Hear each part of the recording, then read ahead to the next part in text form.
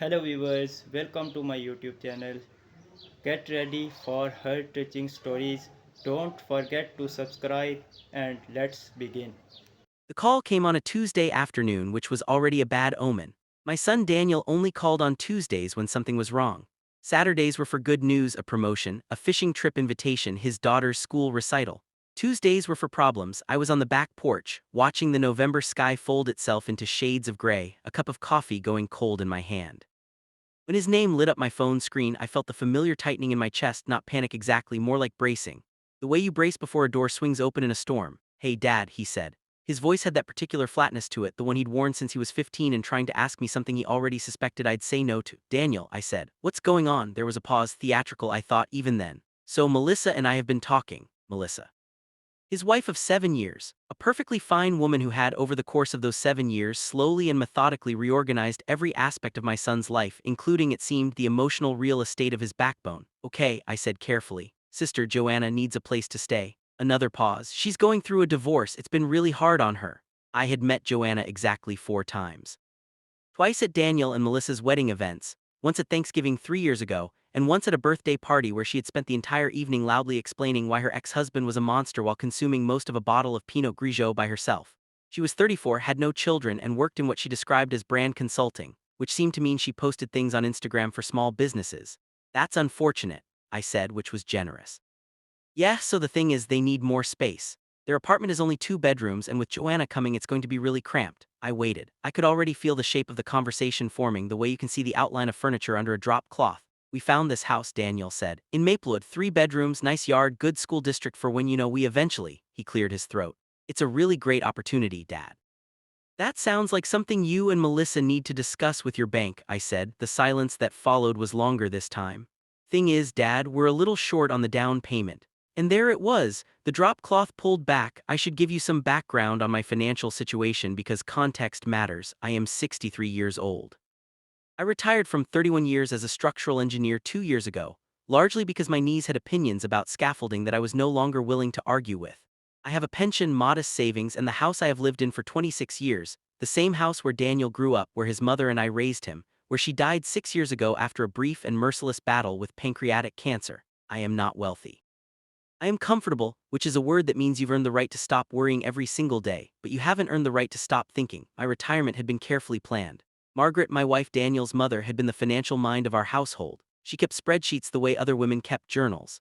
After she died, I inherited not just her half of our savings, but her system, her philosophy. Every dollar accounted for, every contingency considered. I had helped Daniel before. A loan of $8,000 when he was 26 and his car died and his job was new and the timing was genuinely terrible. He paid it back every cent over 2 years. I had been proud of him for that. This was different. This wasn't Daniel in a tough spot. This was Daniel being positioned. "Much are you short?" I asked. 30,000, he said, and then quickly, "But we'd pay you back. Obviously, we'd set up a formal arrangement, whatever you want." $30,000. I did the math without meaning to, the way engineers always do, involuntary calculation. That was nearly 4 years of my supplemental income cushion. That was the renovation I'd been planning for Margaret's garden. That was safety rendered liquid. "Daniel," I said slowly, "this is a lot of money." "I know, Dad, I know, but the timing." His voice shifted, and I heard Melissa in the background, a low murmur of prompting. "The thing is, Joanna is moving in on the 15th. We need to be in the new house before that." Put down my coffee cup. The cold ceramic against the porch railing made a small, definitive click. "I'm going to stop you right there," I said. "Did you just tell me that your wife's sister's moving in date is the reason I need to make a $30,000 decision?" Silence. "Because I want to make sure I understand the situation correctly," I continued, and I could hear my own voice doing the thing it used to do in tense project meetings, going very quiet, very precise. "You need me to contribute $30,000 toward a house purchase, and the deadline is driven by your sister-in-law's housing situation." "Dad, it's not like..." "I'm not angry," I said, which was only partially true. "I'm just clarifying," more murmuring in the background. Then Daniel again, his voice tighter. "Joanna doesn't have anywhere else to go. Melissa is really stressed about it." "I understand Melissa is stressed. I'm asking you to understand that I'm being asked to make a major financial decision in what sounds like 2 weeks for reasons that have nothing to do with my son's needs and everything to do with someone else's timeline." A longer pause. Then quietly, "Melissa thought you might say something like that." "Of course she did." I didn't say yes. I also didn't say no, not that night. I said I needed to think about it, which was true, and that I'd call him back by the weekend, which I intended to honor. What I didn't tell Daniel was that I drove over to see his Uncle Pete the next morning.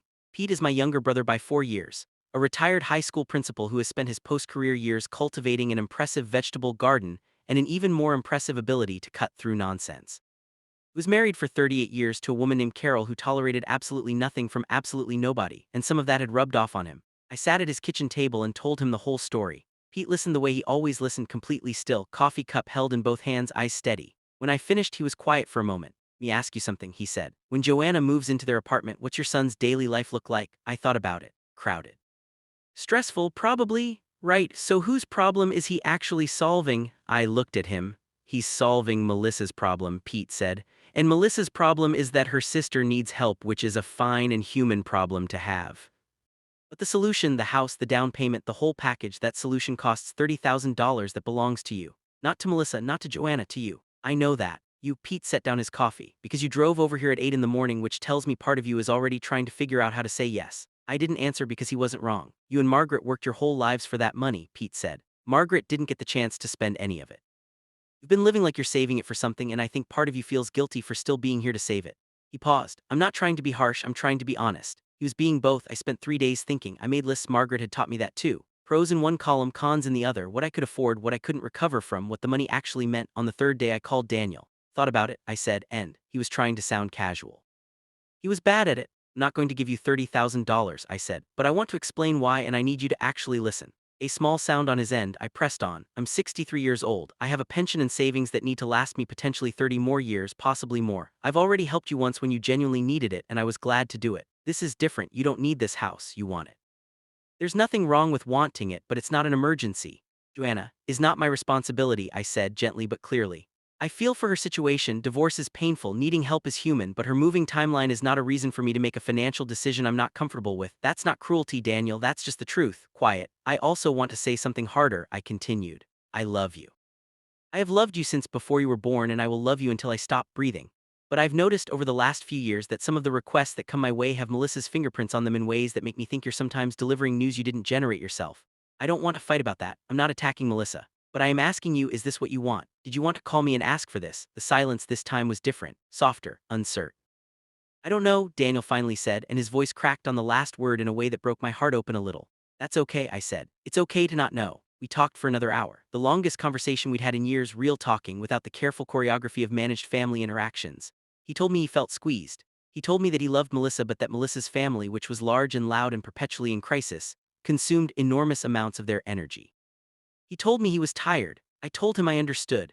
I told him about the early years of my own marriage when I was 29 and trying to establish myself, and my own father-in-law had very strong opinions about everything, and I had to learn, slowly and imperfectly, to hold my own ground while still being a good husband. I did not give him the $30,000. What I did eventually was offer something different. I told him I'd be willing to give him $10,000 as a gift. Not a loan, a gift, no strings, no repayment expected, toward a house of his choosing, on a timeline that was right for his family's needs, not Joanna's schedule. I told him it would come with one condition: that he sit down with Melissa and have an honest conversation about whether this was a decision they were making together, or a decision that was being made for them. He was quiet for a long time after that. "That's fair, Dad," he said finally. Joanna moved into their apartment on the 15th as planned. It was apparently cramped and occasionally tense, which is the natural consequence of 3 adults sharing a 2-bedroom space. But nobody collapsed. Nobody was destroyed. Joanna found a roommate situation of her own by February, 4 months later, and quietly moved out. Daniel and Melissa did not buy the house in Maplewood. 6 months later, they bought a different house, a 3-bedroom Cape Cod in a town they'd both actually wanted to live in for practical reasons they'd talked through together. Daniel called to tell me, "We're doing it the right way," he said, and there was something in his voice, a steadiness, a presence that I hadn't heard in a while. "I used the $10,000 I'd offered to buy myself a new truck instead, since they didn't end up needing it." That felt right. Here is what I know at 63 that I didn't know at 30. Love is not measured in dollars given, sacrifices made, or emergencies absorbed.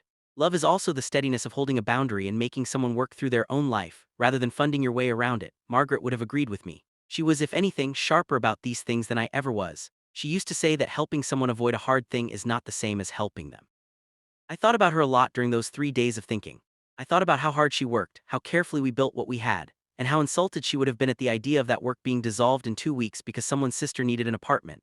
I also thought about Daniel at 15, in our kitchen, learning to make pancakes after she got sick because he wanted to do something useful and he didn't know what else to do. Flipping them too early, burning the edges, trying again.